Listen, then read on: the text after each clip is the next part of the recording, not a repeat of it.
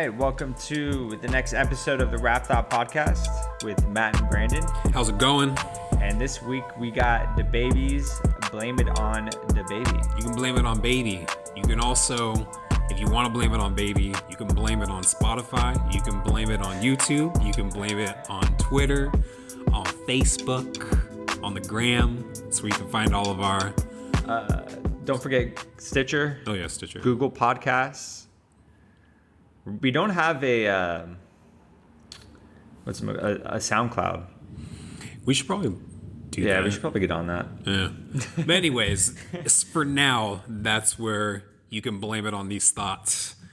Yes. This episode 18. So, but yeah, like Matthew said, we are doing DaBaby's Blame It on Baby. Mm-hmm. And I don't know. I'm not going to lie. Like, this was, I think, if you were to put a blanket thing over hip hop where rap is right now, I'm going to say that this wasn't what I was expecting just because I haven't heard him. This is my opportunity to listen to him and check him out. I've heard his name, obviously, through, I'm either hip hop publications that I'm reading on social media, or just being on the internet. You hear other artists talk about the hot rapper right now. Mm-hmm. DaBaby's definitely there, especially in terms of sales. I mean, this is his second number one album. Okay. In the few short years that he's been active. Hey, dude, he's dropped. This is his third album in a little over a year. So he debuted his first album, Baby on Baby, March 1st, 2019. And then he followed up with Kirk in September 27th, 2019. Mm-hmm. And then he just dropped this one, April 17th of 2020. Blew up on Kirk. That's what really catapulted him. Yeah. And then followed that up, Blame It on Baby in a short amount of time, which I think is a really smart move, especially in the times that we're in today.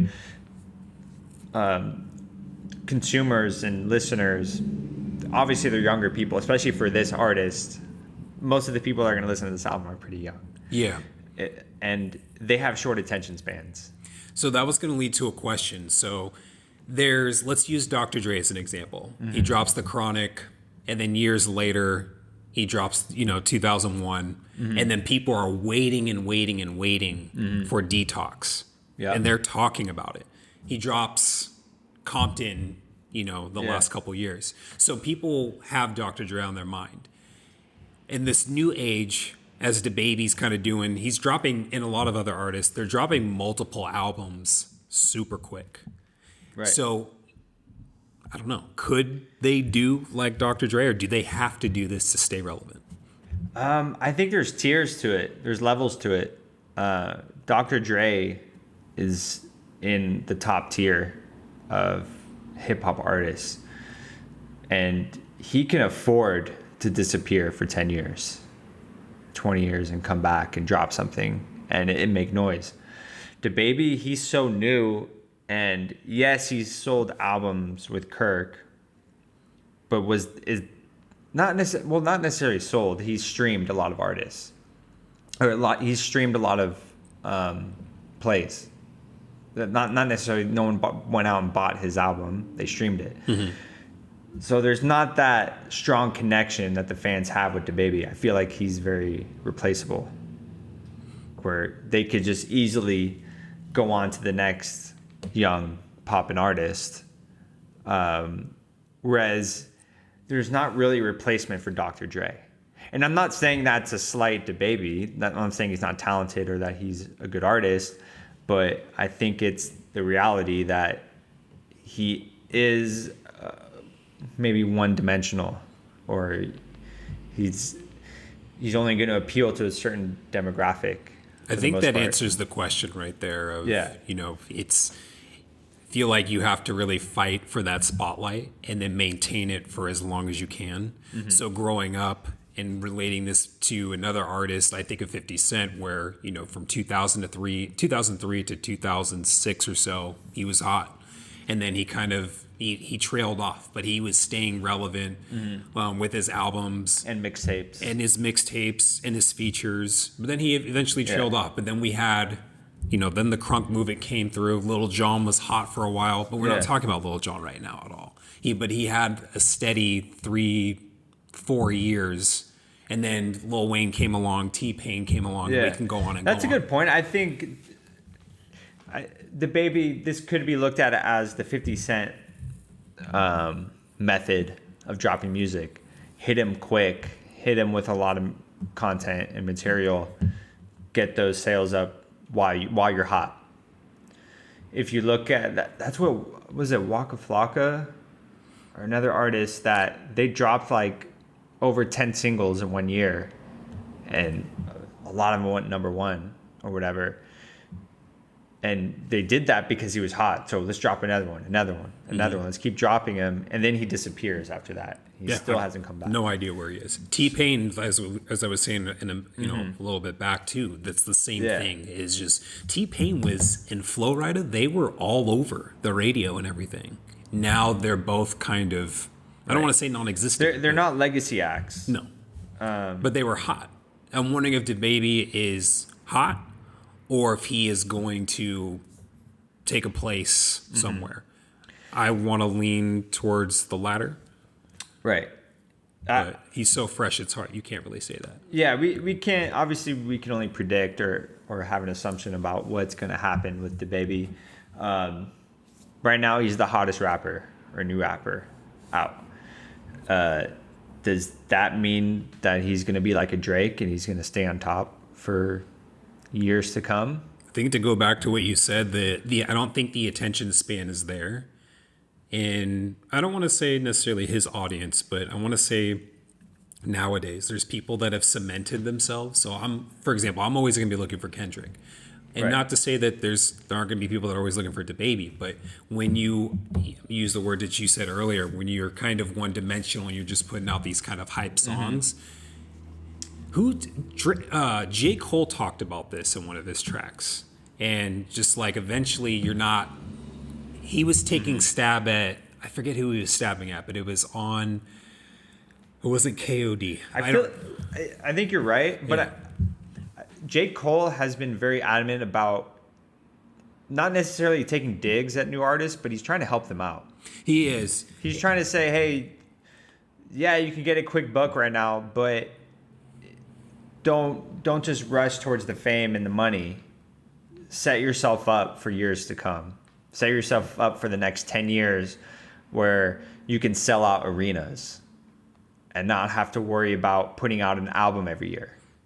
You know, if DaBaby, he's almost setting himself up to fail where, all right, now people are going to expect him to put out another album that goes number one next year or in the next 6 months. Now you're setting yourself up for those expectations. Yeah, so the song, I think you picked up on the song that I'm talking about, and it was 1985 by J. Cole off of KOD. Oh, a great song. And that's a great song. That's one of the best songs on that album. Yeah, it's a great song. But you were talking about what the song was talking about, where he's saying like, dude, you're taking stabs at me, but you need to focus on taking care of yourself because you're hot right now. You're hot, but you're going to fall off eventually because you're one-dimensional. So with all that said, that's where I'm thinking of DaBaby, where I'm like, I wonder if this dude will take off. But he's different to me in the sense of he's not out here mumbling. Like he's out here rapping. Yeah. Oh yeah. He's definitely rapping. And like you, I hadn't listened to DaBaby before, so I was quite surprised. I was like, okay, he's like, he can rap, he can flow. Like he's not just out here mumbling his way through dope beats. No.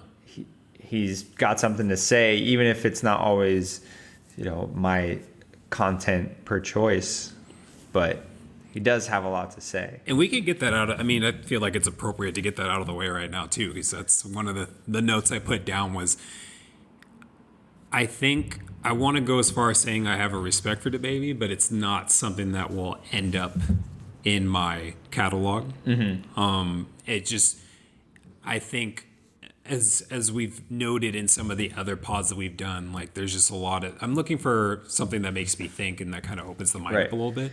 You're not getting that out of this album. Yeah, this is definitely, like we talked about with Snoop Dogg's Bush, this is another vibe album, I feel like.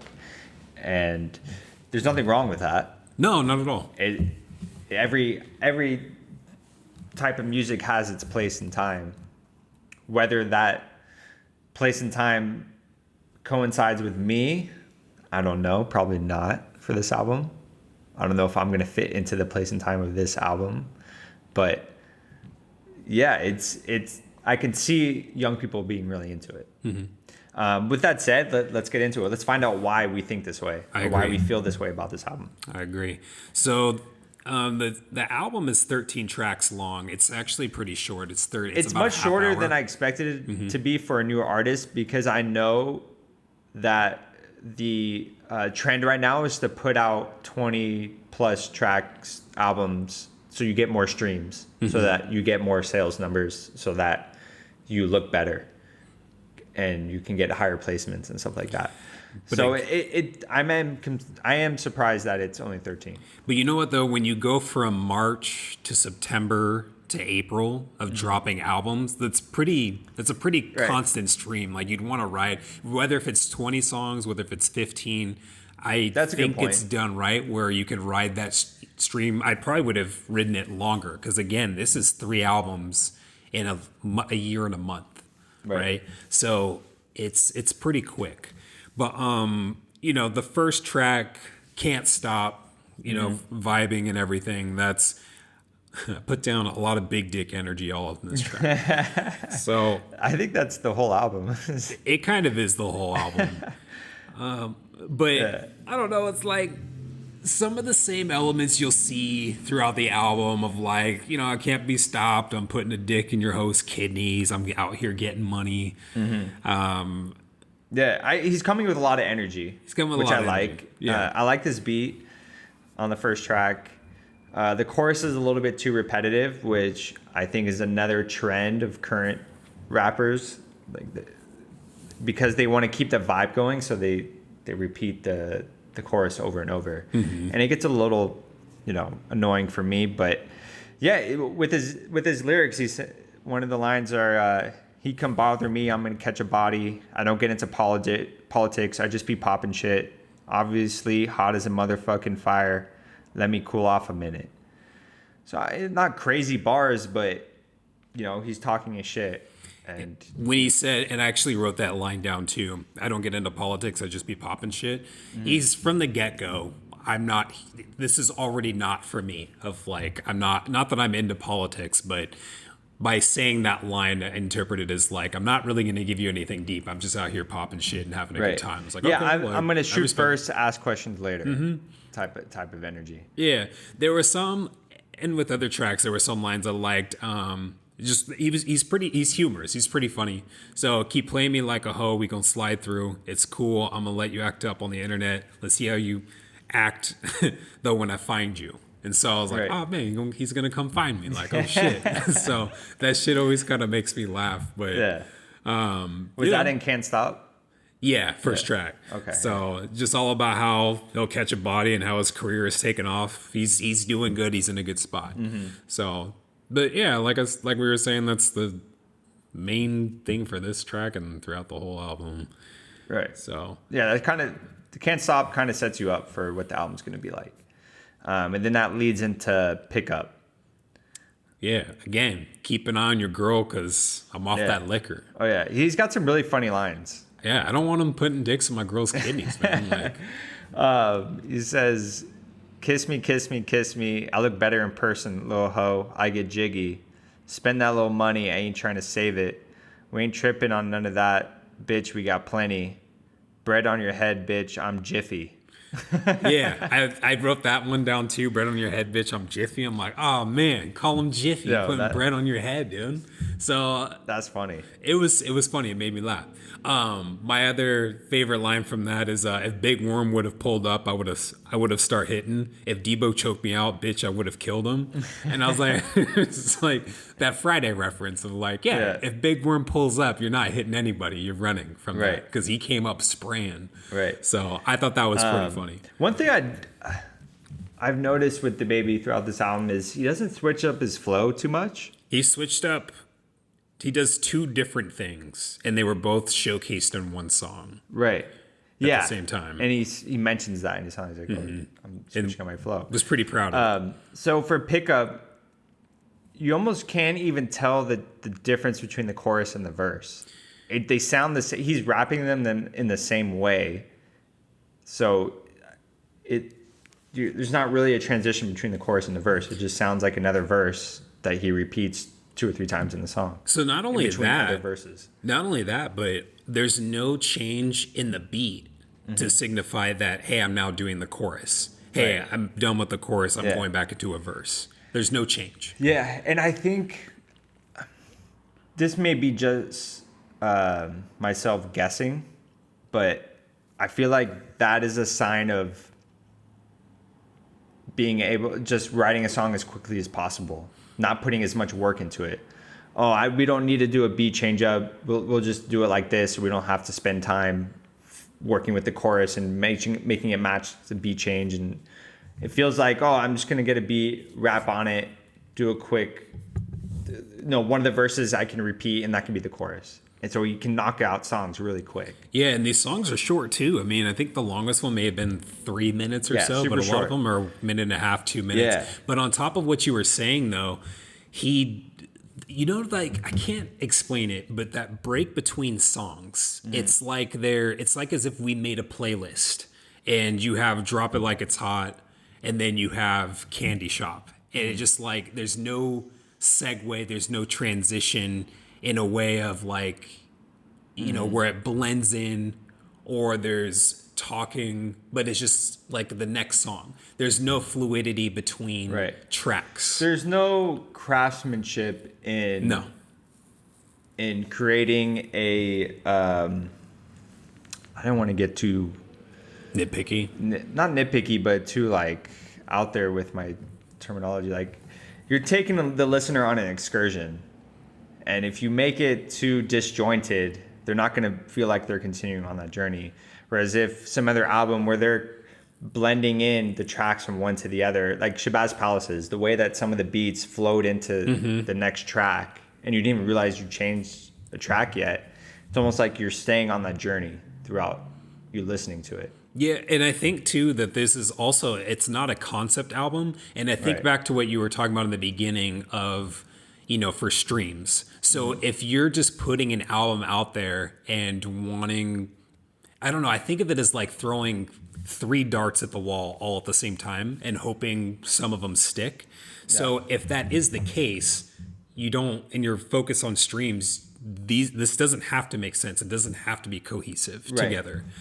Yeah, I think they want to make it like a playlist. We're putting 13 hot songs together. We're not making any songs to complete a narrative or to complete a picture that he's trying to put out there. Right, there is no picture.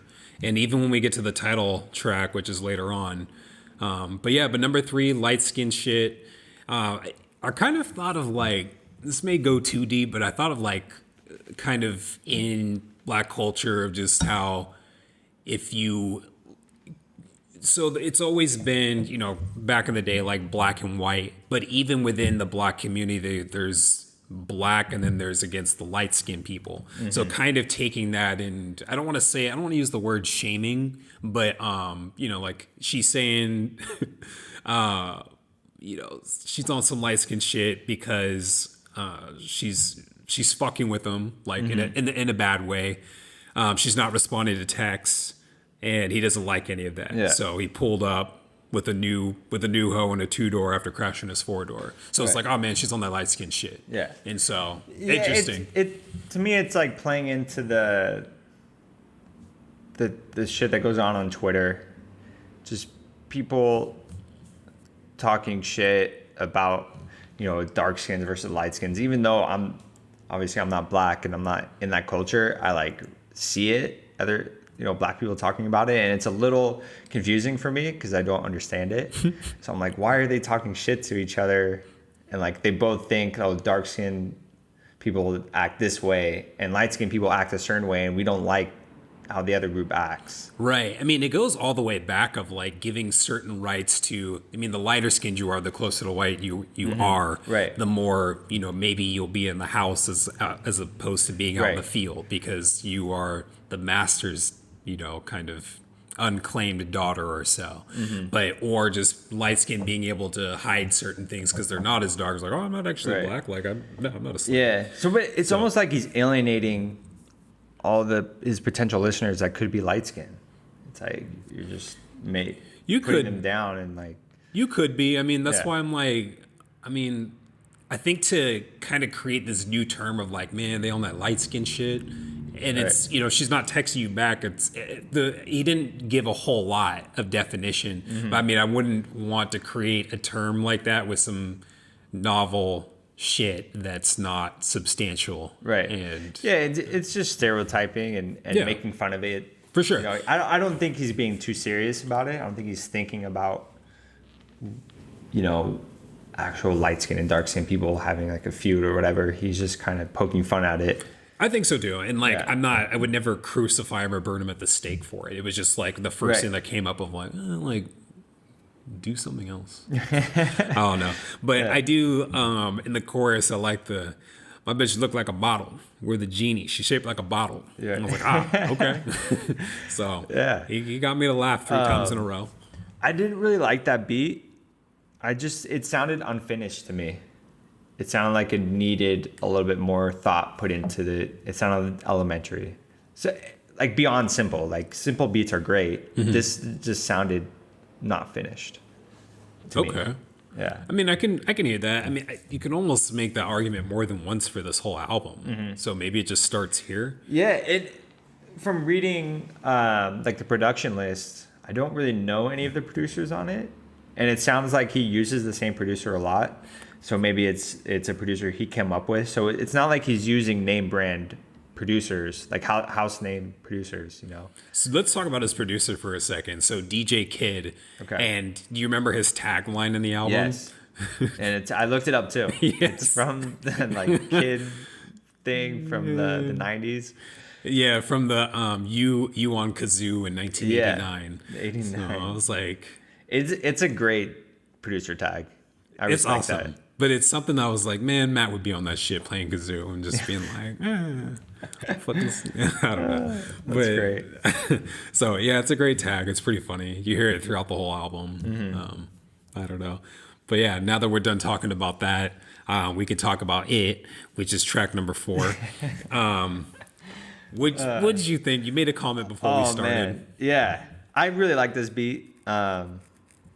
It's a funny song, but the line about his mom teaching him how to use a condom it just puts me off, and I'm just like, huh? Like, why would you put that in a song? Yeah, I mean, whether it's true or not, like, why even go there? I guess, I mean, she's teaching him safe sex, and it probably wasn't physical. She was always saying, hey, you need to use a rubber. All right, son, think of something exciting and then let me know when you're done. And then I'm going to show you how to apply this. Yeah, it's just like your mind can go to so many other places when he says that. And you're just like, ah. Yeah, I mean, I think he's just announcing like, dude, I'm a hustler. Yeah. I'd make smart decisions. Mm-hmm. I don't know. Another thing he talks about, too, is like taking care of his daughter. He does that a few times throughout the song. And he also brings up that he's Grammy nominated. So I was interested in that, took a look. He's Grammy nominated for rap song and rap performance for Suge. So for this year. That's pretty incredible. Yeah, that's cool. I mean, you just pump, but I would assume, no, it's no assumption. I take that back. But, pumping out all these songs and getting people's attention, that's cool that he was able to get it, be nominated for it. So that's absolutely. Cool. Yeah, that's pretty dope. I'll give him some stuff for that. But if he doesn't win the Grammy, there'll be some sad shit. I'll feel for him. That sucks. But yeah, and that's the next song. That's the next song. Sad shit. Oh man. Kind of surprised at the direction that he went. Going into sad shit, it's definitely different. Like this sad shit and Find My Way are definitely a transition into a different sound. It's a different from the album. It definitely is. It definitely is a different sound. It kind of went from, hey, I'm just out here popping shit to, okay, I'll give you something relatively. Mm-hmm. He's being softer. A little vulnerable. Yeah, but I'm still hard as shit though. Right. So he's trying to play both sides of the fence at the same time. Mm-hmm. But I do like some of the lines on this song. I like when he says, when you was cold, I came through and helped you heat up. What you doing with that N-word? Girl, you don't You don't belong with him. Supposed to be with me out the ocean with your feet up, rolling weed up. So you definitely can relate to him or just kind of understand where he's coming from. When you're super butthurt after a breakup. You're right, but the rest of the songs, it's more gangster and hardcore and about shooting people and making money. It's like that only so many people are going to relate to all that stuff. Right. So yeah, I mean, he's talking about despite going back to his pimping and fucking like 4 or 5 women, he's missing his old bitch and hoping that she pops up on his phone. Right. So I think every guy could relate to that on some level. And yeah, like calling he's in his feelings and he's like, every other guy's a sucker. Like, you should be with me. Just feeling down about the situation with the girl. Yeah, he's talking about how his heart's empty and he's really missing her. So, like you said from the start, like he's making himself a little bit more vulnerable in this song. But in the end, though, making it about like, I don't know. Yeah, I miss her, but I'm still going to be overly tough to like not show kind of weakness. Yeah, he's gonna put up that rough exterior that pretty much all males put up. That's pretty standard, and I feel like a lot of girls will just see right through it anyway. It's like you can put up a front all you want, they're still gonna see that you're feeling sad or you're feeling vulnerable, and that's probably what he's missing. He's missing that connection that he gets with a female. Yeah. So yeah, I don't know. I mean. And females do what? They help you find your way. Close. You getting there. A little bit more work. But yeah, speaking like getting out of that sad shade, he's trying to find his way. Actually, no, I can't even use that type of segue because I don't know. Maybe okay, my bad. Yeah, he's trying to find his way. He's just trying to figure stuff out and yeah, this to me was like he was chasing the Post Malone sound hype, similar to what Joyner Lucas did on his album. He had a few songs where, it's that auto-tune kind of singing, songy, rappy, auto-tune, emotional, like emo sound that Post Malone has. He didn't create it, but he made it a huge thing. That's his signature sound. That's his signature move. And he's singing a lot more on this track. The note I put down for this was that upwards of this song, I liked it the best. And I think it was just more, I don't know if it sounded relative to other stuff that I might listen to, but it just sounded a little bit more coherent and not so much gangster and whatever else. It kind of had like the lyrics weren't, I don't know how to explain it. It just wasn't. It's got depth to it. It did, yeah. I think that's it. Like it just had a little bit more depth to it, and it wasn't as. It was more something I would hear on the radio, I guess, from him. Like if this were his first song that came out, I'm not saying it would catch my attention, but I'd be like, oh, okay, like DaBaby doesn't sound terrible, and then I'd probably go on with the rest of my day. Right. With the other songs, I'd be like, oh, I don't really see how he's too much different than anyone else. So, I like some of the introspective lines that he has when he says, thinking about the people I lost. I know I got some angels chilling with my freak when we fucking, it eases my anger. I'm taking selfies with my bitch. She keeps switching up different angles. And no, I never kept a bitch, but I always keep a banger. As I'm reading it, it is funny the way he talks about it, but he is being introspective, and he's talking about, the people around him that may have passed away from whatever reason, and he's feeling like he's survived. He's got almost like PTSD and survivor's guilt that he made it out, so he's stressing all the time. So that's why he needs to be, fucking all these girls. Because it eases the pain. It helps him to not think about that. I also liked the hero and villain dichotomy he brings up. So in the chorus, he says, "In every single person in my life, tell me I'm their hero. But when it's up and then go down, they treat me like the villain." And it just made me think of, I'm there for people when they need me. But then when I really need something or things aren't going my way, people are kind of like, dude, like figure it out, or like they want nothing to do with you. And so you hear that a lot in hip hop of just, Right. you know, once I got rich, then people started acting different. So I kind of like that. I thought it was cool. But yeah, when you're not quite being a rock star.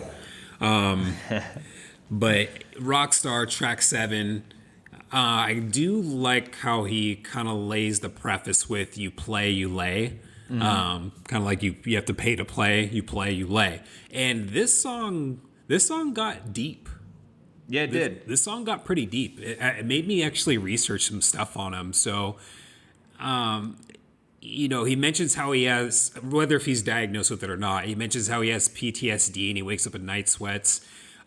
He mentions how he had to kill someone. His daughter saw him kill someone before she hit the age of 2. It's one of his lyrics having something to do like that. Yeah. So I looked it up and it was saying in November of 2018, person trying to rob him at gunpoint in a Walmart. So he was carrying, so he pulled out and shot the dude first.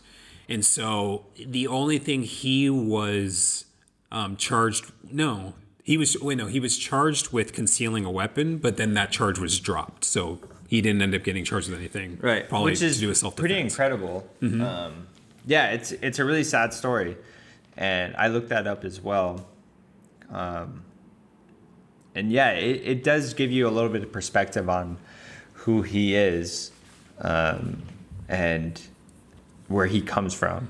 Yeah. And that, I mean, an experience like that is going to affect you in one way or another. Oh yeah, you see that stuff all the time when people get their house. You know, when you break into, when someone has their house broken into and they don't trust anything. And you know, I think that I don't know how much vulnerability he meant to show, but it showed quite a bit of like, no, because throughout his album he's talking about like, yeah, I'll bust you, no problem, this and that, I carry. But you know, in this he's talking about a certain situation and how it has really affected him. The only part I would pick at is that he put it on Rockstar. Right. I was just gonna say that that line, those lines or that verse didn't really fit the premise of the song of living the rock star lifestyle as a rapper, and instead of guitars they have guns. So, but I think he could have made that experience into a whole song. Like, that could have been the premise for a song, and it could have been really good. Yeah, it could have been, but it got a very like minor mention, you know, maybe a couple bars in that song in the very beginning. Yeah. And that's, you know, as we were saying, talking about being a rock star. Hey, I shot someone, it really fucked me up. Hey, I'm a rock star. And so it just didn't, like, I agree with you that it should have been its own, that could have been a deep and powerful track of like, yo, we talk about this stuff, but when we actually have to do it, we don't just like go and celebrate the day after. Like, my family was in danger and I had to make a pretty, you know, very quick decision real quick that was going to affect a lot of people. Right. So, you know, that could have been deep. I would like to hear more about that. So, but I don't know. Jump. Right? The next track. Yeah, the next one's Jump. I think it's a really dope song. I really like this beat. It's got some really dope bass lines. It's got some. This track and then the next one, it's just like the features of Young Boy Never Broke Again, and then Boogie with a Hoodie. It's like, these are some long ass names. Like, who? Interesting names as well. Yeah. Yeah, I'm like, yeah, we're like, who are these people? Oh, it's just, I mean, I just and then a 15-year-old listener will be like, what? You don't know who this is? You know who Pop Smoke is? I'm like, no, I don't know who Pop Smoke is. Right now. But he says in this song that he made a song in 10 minutes, went platinum. He says I don't see how that's a flex, that you made a song in less than 10 minutes and all of a sudden it's a big song. It's kind of cool. It's cool in terms of actually what that means of, you know, you only took 10 minutes to make it or to write the lyrics or whatever. But it just shows you that he's not putting too much thought or effort into what he's producing. Oh yeah, he's just pumping these songs out. He's just pumping these songs out. Fortunately, he's in a position where these songs could chart. You know, he's on Interscope. He's on a major label. You know, you putting 10 minutes into a song doesn't impress me. So does that water down hip hop as a whole? If you can just pump a song Right. out in 10 tracks and then it goes platinum, but then someone who drops, we were going back and forth about Blue this morning, but then you have Blue, who I didn't see even has any gold records, and he's putting time, energy, commitment into his tracks, and that's not happening. Does that water that down? Or what is it? What kind of message does that send? If not, it sends that his priority isn't the music. His priority is making money. And I think that's true for a lot of artists. I mean, not say artists, but rappers who are at the top. They'll even say, I don't love rapping. I'm doing it because I can make money doing it. And they just happen to be really popular, and they're charismatic, or they have other parts of their personality that click with an audience, but they're not necessarily true artists. They're not putting effort into their craft and improving. It's not like a Crooked Eye or Royce, who throughout their whole career they're trying to add dimensions to their abilities. They're always improving their lyricism. They're always learning new tricks of the trade to improve their writing abilities. So as we talked about in the Royce pod, how he's really made leaps and bounds in terms of his lyricism. He added production. He's making beats. He's creating his own album from start to finish. What does that say about? Because I hear and I agree with a lot of what you're saying. Like, a lot of these artists are very layered and multi-talented, and especially ones that have been in the game for a long time. Right. But what does that say about the listeners and the quality that they're interpreting? If you have someone like Royce, who's like really honing his craft, and then you have these people that are just pumping out songs, 10-minute tracks. Okay, cool, platinum. Yeah. What does that say about the listener? Not so much the artist at this point. To me, it just shows that the younger artists are going to appeal to the largest demographic, which is younger listeners. So anywhere from like 12 years old to 20 right now, they're going to be the dominant listening demographic because they have the most free time. They're the ones who are listening to music nonstop all day. I know for me, I listened to a lot more music when I was in high school. I had a lot more free time. And I was doing a lot more activities where I could be playing music and doing that activity at the same time, like playing video games or just being on the internet, watching YouTube. Like, you can have music in the background. And I think as you get older, as you become an adult, you have less time to A, discover music, and B, to actually listen to it. So it just shows that, and younger people their attention spans are diminishing every year. I think it's less than 15 seconds now where they can, focus on something. So it just shows that he's appealing to the right demographic. And he has numbers in doing that. And that's where the numbers are coming from. And I think if you look at all the top artists right now, like Post Malone, he's appealing to the younger demographic. Drake is unbelievable at continuing to appeal to the younger generation. Even though he's older, he's in his mid to late 30s, I believe, probably mid 30s. He still appeals to middle school kids. Look at all the TikToks that are being made off of his song. Oh, yeah. And you have to give credit to Drake for being able to do that or knowing to do that, because that's where the money is.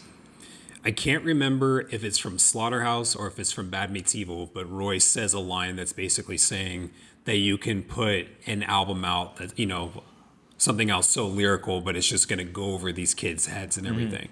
Eminem, I think on Kamikaze, says, if I just auto-tune my stuff, then you guys would buy into it. Eminem, I think, is an outlier. In this case, he is super lyrical, but I think he still does appeal to the younger demographic just because of his background, his previous work, just his status in the industry.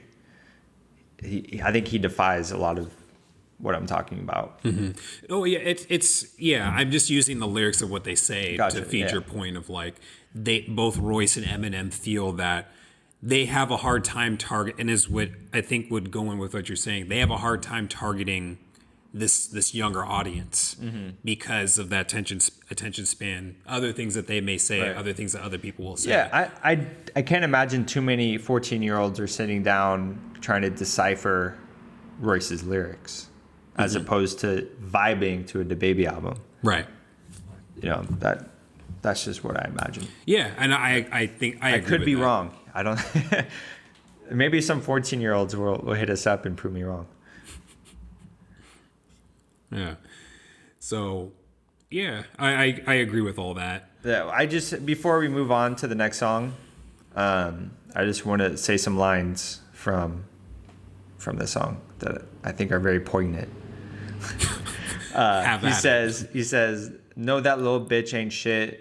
Don't deserve to suck dick. Make that bitch give me head with a condom." So, I just wanted to make sure the listener knew that. Yeah, that's deep. That's deep. I like that. And then Champion, number 9. I put down that I like the chorus, and I'm trying to remember why. But now, as I'm listening to it, I'm like, oh, okay, I get why I like it. But just talking about like not giving out handout. I like the rhyme scheme of I'm not giving out handouts. Yeah, he's a champion for doing everything himself. Exactly. Didn't take any handouts. Didn't cry for anything. He says he just worked hard. So he's throwing out some good things that he's done. He's self-made basically, and he didn't let anything hold him back. I'm sure from where he's come from to where he is now is completely, insane. Like the probability of him getting to where he is now is close to 0. Mm-hmm. So he has to feel good about that. I mean, that's a great thing. There's some other funny lines in this song that I need to get out there. No, get them out, dude. Do what you need to do. We grew up off of noodles, spaghetti.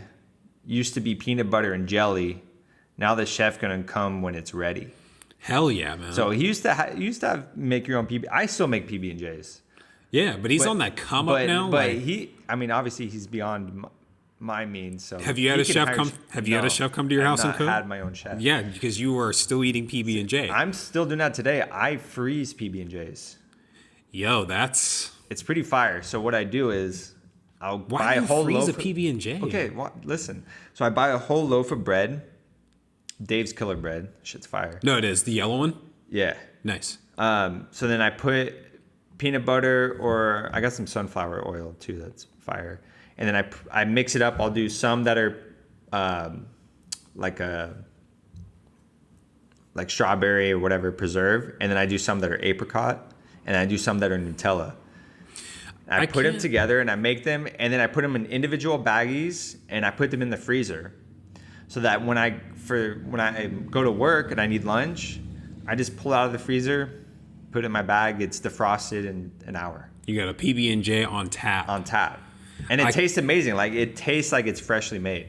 So that's a little tip for anyone out there. I can't do Nutella. I mean, I just never really got on that. It's good with peanut butter. It's actually a fire combo. I don't want chocolate and peanut butter.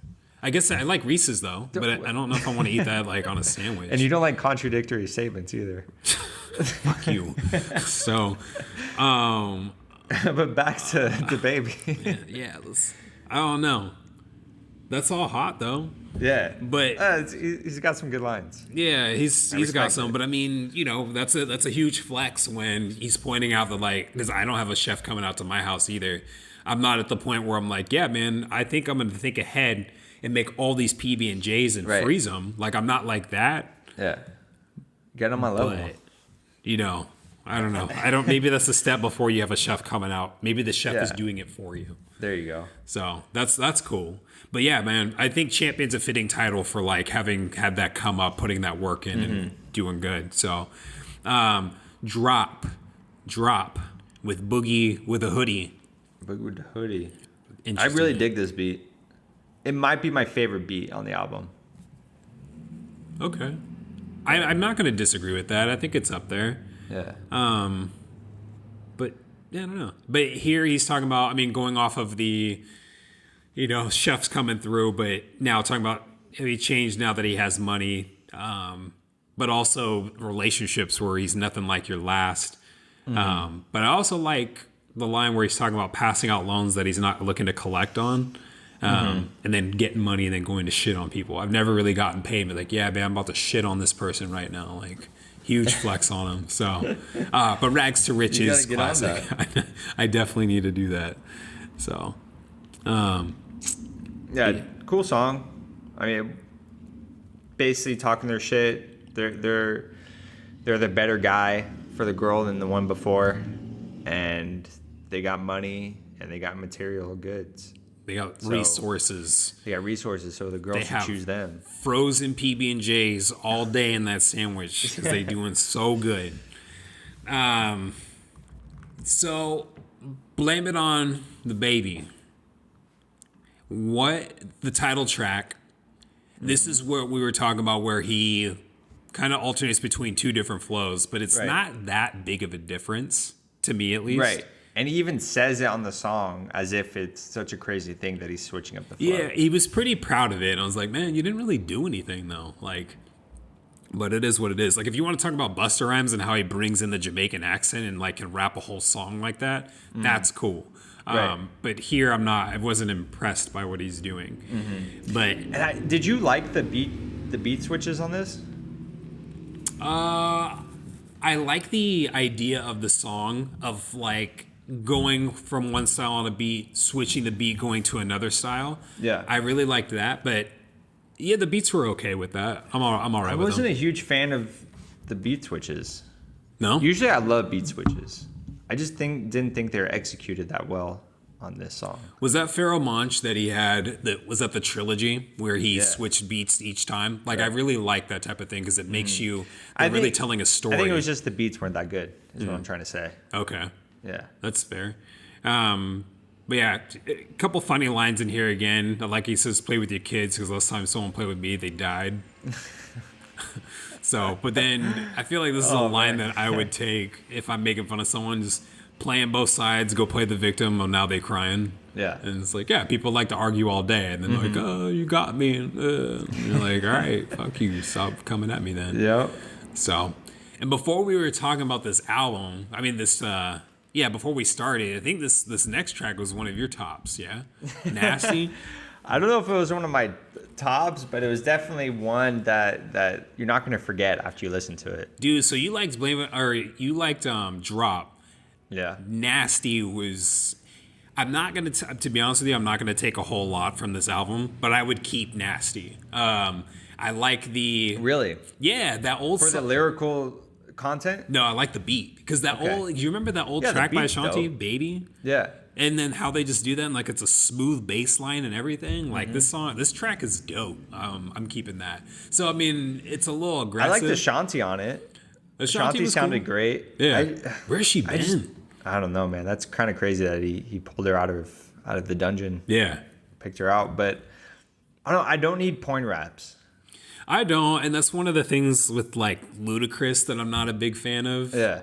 I'm like, what's your fantasy? That's I don't classic. even know any females that would be into this. Like, it's just so aggressive, and then Megan Thee Stallion comes in and she matches DaBaby's aggression.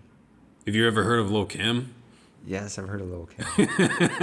And Nicki Minaj, and they have to put up this like male energy to keep up or to appeal to male fans, I guess. But I don't know. It just doesn't. I don't know. It doesn't fit with me. I've never been into the Lil' Kims, the Foxy Browns. I just never been into that. I really like Rhapsody. Rhapsody's dope because she raps with the ability of a male, but she doesn't try to match their energy. She keeps her female energy. I really like. Yeah, she's just doing it. Like, I feel like there's this perceived thing of if you're a female rapper, you just have to be dirty and nasty in your lyrics. And maybe because over time there haven't been too many I don't want to. No, I don't want to say that there haven't been too many prominent female rappers, because there have. We have Queen Latifah. We have MC Light.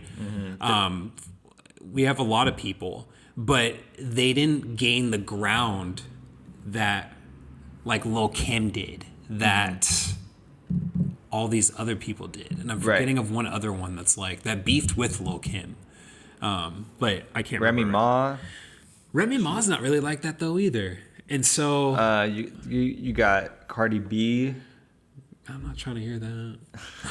So it's, but yeah, anyways though, like it's just, you have this persona of like, I have to be dirty, I have to like, and that's why I haven't listened to a whole lot of female rappers, because that's what some of them have mostly done.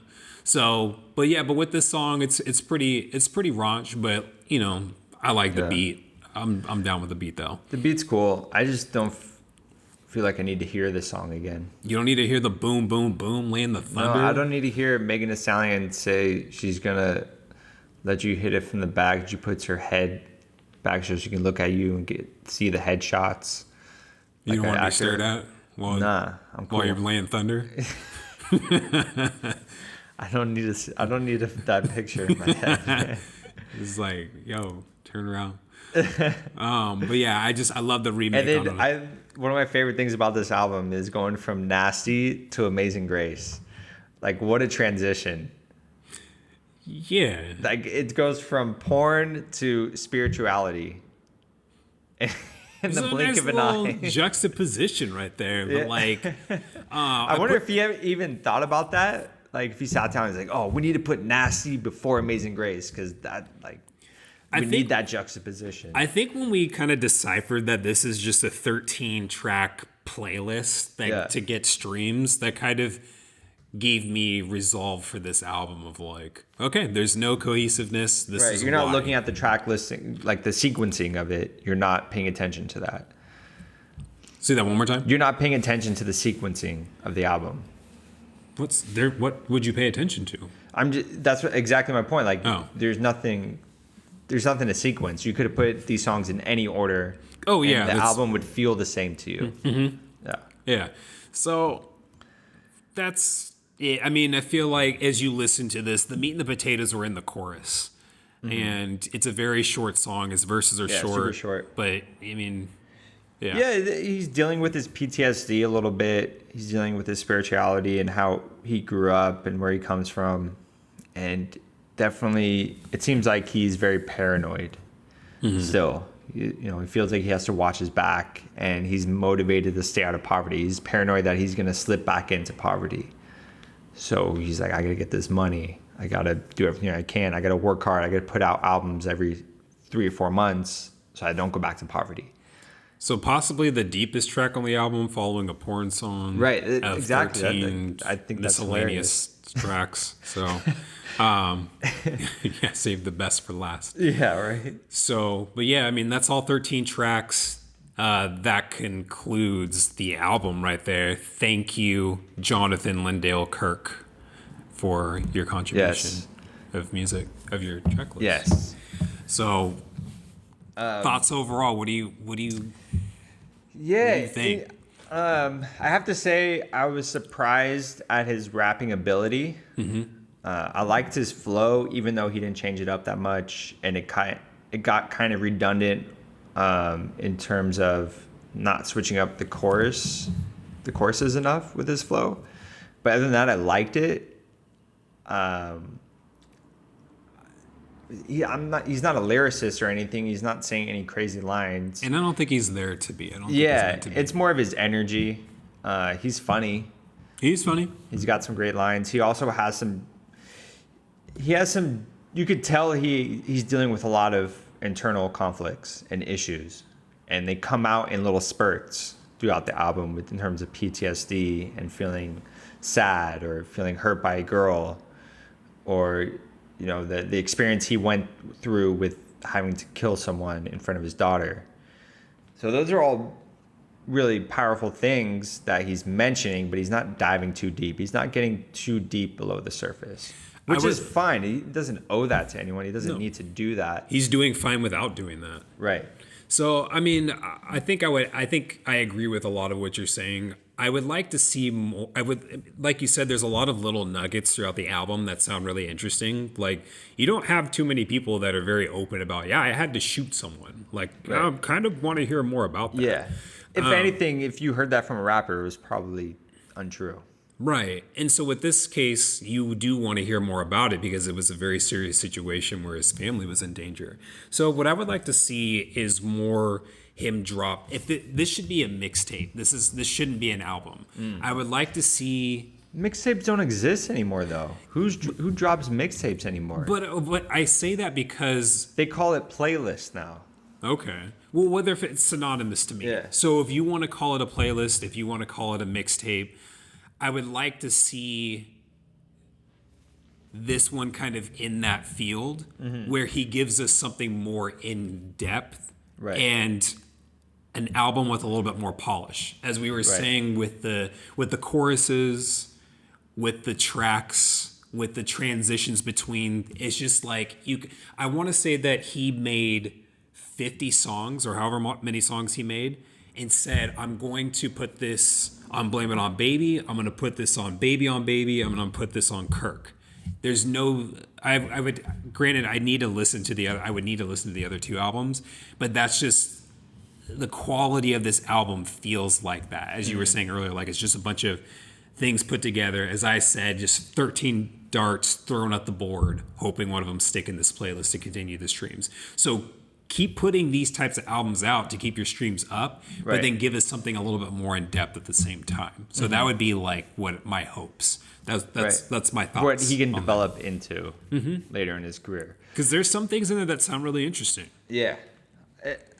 What are your thoughts on, as it stands now, if he keeps putting out music like this, how long does he have in the game? I mean, from not past history, personal history, but from other artists, I don't think you have a very, very long time. And especially, so let's say if you're the only one doing what you do and you're putting out a bunch of you're putting out things one after one after one, people are going, that one-dimensionalness you were talking about. Not only is he one-dimensional, but he's also in an oversaturated market where everyone's just putting out hype music right now. Like I said, he's replaceable. He's replaceable. If he doesn't keep hitting the streets with a new album, someone else is going to come along the way and grab those kids' attentions. Right. So he grab those streams. To me, just based off like what I've seen with other artists, it's enjoy the wave while you can, but then start looking at how to hone your craft. And even if it's, I mean, I'd be curious to see in a year what Royce's album, The Allegory, compared to past albums and sales in terms of what people say about it quality wise and everything, to see what that thought is and if that gives him a breath of fresh air. So with that, you have to keep inventing and you have to do something different. I don't see him. I'd be curious to see if we're talking about him in the next 3 years. Right. Oh yeah, I agree with all that. But I don't mean to be a critic. It's just kind of like it'll be interesting. So the question is, where and when are you bumping this album? I'm not. I'm not. You're not gonna bump Nasty in the shower? I'll bump. So I'm gonna take Nasty from this album and I'll be like, yeah, that's cool. I'll add this to some type of playlist. But I don't really see. There's other artists that I'd rather play for the scene. So let's say if I talk a lot about how I play this in the background if I'm throwing a party. I play this while I'm floating down the river. I play this on a walk. Like there's other artists that I would replace that with. I don't necessarily need DaBaby for doing that. I won't say I don't need DaBaby. I will say that I don't need Blame It on DaBaby. Gotcha. For those scenes. Right. I agree. I don't think I'm going to revisit this. I have no inspiration to revisit it or any kind of pull. There's nothing pulling me back to it. Right. Some of the beats are cool, but none of them really blow me away. I think the producers that he's using, they're not A-list producers. They're not creating, really in-depth productions for this. They're simple beats, He's doing simple rhymes. He has energy to it, but that's all I'm getting from it. Yeah, that'll help. There's no motivation for me to add this to any playlist. Mm-hmm. I think his energy and his stuff will fit in with, like, if you, let's say you had a playlist at some party and you put in some DaBaby, I feel like it would fit in, but I'm not going to go to a club dancing and request any of it, from this album. I'm not really going to request anything. So, but that's kind of my thoughts on the album. But it was weird as we were talking about it and going in depth. I was like, man, maybe I do kind of like this album. Like, I'm not going to say it's a shitty album and that I don't like it. Yeah, it's not bad by any means. My ears weren't hurting. Yeah. But I just don't feel the need to revisit it. Right. Is what I'm saying. Yeah, like I didn't feel like I was wasting my life. Yeah. I did feel, after listening to this album 4 or 5 times all the way through, it kind of got old after the third listen. Mm-hmm. Normally, it's the other way around. It takes 3 or 4 listens to get into an album and to like really start to enjoy it and understand it. This was the opposite, where I understand it right away, and the more I listen to it, the more I'm like, this isn't for me. It's like a movie from, like I mentioned a couple podcasts ago, where there's just some movies that you see. Maybe it's a cartoon, maybe it's a Disney movie, like one of the old ones. We'll say Beauty and the Beast. And it's like, okay, I've seen that movie. I don't necessarily really like Beauty and the Beast. I rock Hercules, but I don't need to watch it again. Yep. But if it comes on in the background at someone's house, as it comes on as I'm falling asleep, like, okay, I'm not going to complain, but I'm not going to request it. Yeah. So yeah, that is our rap thoughts on DaBaby's Blame It on DaBaby. Go get it. Yeah, thank you for listening. Thank you for supporting us and following us on Spotify, Apple Podcasts, Twitter, Instagram, Facebook. We really appreciate it, and we'll see you next week. Have a good week.